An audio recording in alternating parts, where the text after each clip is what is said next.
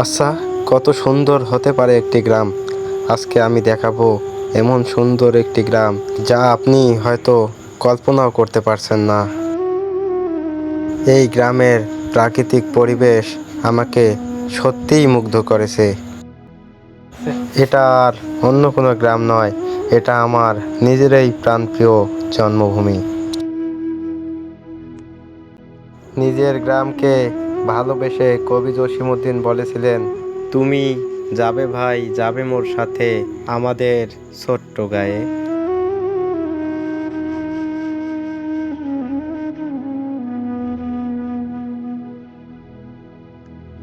ব্রিজটি থেকে একটু এগিয়ে আসলাম, সামনে দেখতে পাচ্ছি যে বাড়িটা, এই বাড়িটা হচ্ছে আমাদের গ্রামের প্রথম বাড়ি এবং আমাদের গ্রামের পাশ দিয়েই বয়ে গিয়েছে এই সুন্দর ছোট্ট একটি নদী। এই নদীটির নাম চারালকাটা নদী। এই নদীটির সৌন্দর্য আসলেই মন মুগ্ধকর।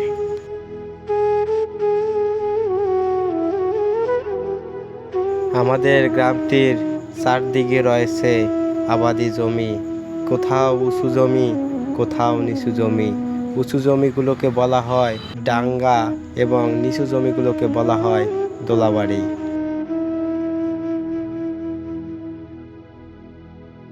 অবশেষে আমরা এসে গেলাম আমাদের গ্রামে। আমাদের গ্রামে রয়েছে টিনের ঘর থেকে শুরু করে অনেক বিলাসবহুল বিল্ডিং বাড়ি। যেহেতু শুরু হয়ে গিয়েছে 2026 সালের ফুটবল ওয়ার্ল্ড কাপ, তাই আমাদের গ্রামেও দেখা মিলে নানান দলের সাপোর্টার।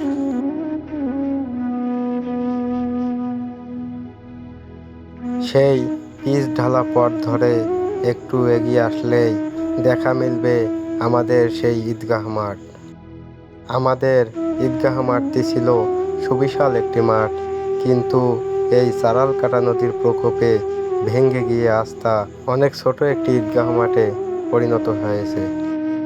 এই ঈদগাহ মাঠে অনুষ্ঠিত হয় মুসলিমদের দুটি ঈদ, ঈদুল ফিতর ও ঈদুল আজহার নামাজ।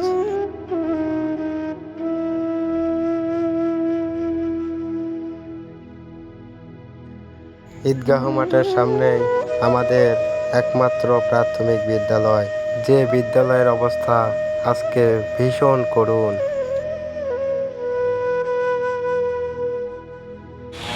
আমাদের গ্রামে যেহেতু এই স্কুলটি অবস্থিত, তাই অবশ্যই আমাকে এখানে ক্লাস 1 থেকে 5 পর্যন্ত পড়ালেখা করতে হয়েছে এবং সেখান থেকে আমার এই ধারণা যে এখানে যারা পড়ালেখা করে তারা হয়তোবা স্টুডেন্ট হতে পারে, কিন্তু সেই লেভেলে স্টুডেন্ট হতে পারে না যারা ভবিষ্যতে কিছু করতে পারবে। কথাটা খারাপ লাগলেও এটি সত্যি এবং বাস্তবসম্মত কথা। এই স্কুলটি নির্মাণ করা হয় 2000 থেকে 2001 সাল পর্যন্ত। শুনেছি আগে পড়ালেখা অনেক ভালোই হতো, কিন্তু বর্তমানে এই অবস্থা অনেক খারাপ লাগে। স্কুলের পিছনেই এই যে সুবিশাল মাঠটি দেখছেন, এটি আমাদের গ্রামের মানুষদের ডাঙ্গা।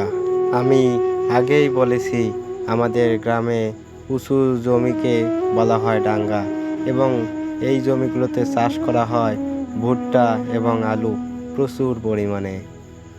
আমাদের গ্রাম যেহেতু 100% একটি মুসলিমের গ্রাম, তাই এখানে রয়েছে দুইটি মসজিদ।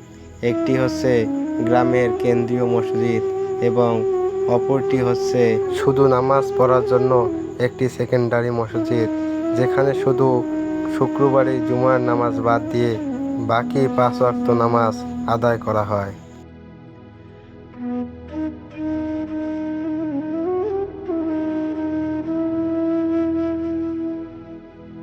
আমাদের গ্রামের সবাই কম বেশি চাষাবাদ করে, তাই প্রত্যেকটা বাড়ির সামনেই কম বেশি খড়ের গাদাগুলো দেখতে পারবেন।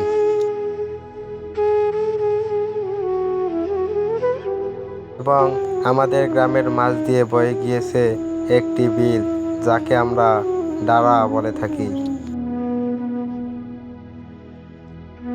জানি না আমার এই ছোট্ট ভিডিওর মাধ্যমে আপনাদের আমাদের গ্রামটিকে কতটুকু দেখাতে পারলাম, শুধু একটু প্রচেষ্টা করলাম। যদি কোনো ভুল ত্রুটি হয়ে থাকে তাহলে ক্ষমার দৃষ্টিতে দেখবেন, এবং ভিডিওটি ভালো লাগলে সাবস্ক্রাইব, ফলো, লাইক, কমেন্ট এবং শেয়ার করে পাশেই থাকতে পারেন।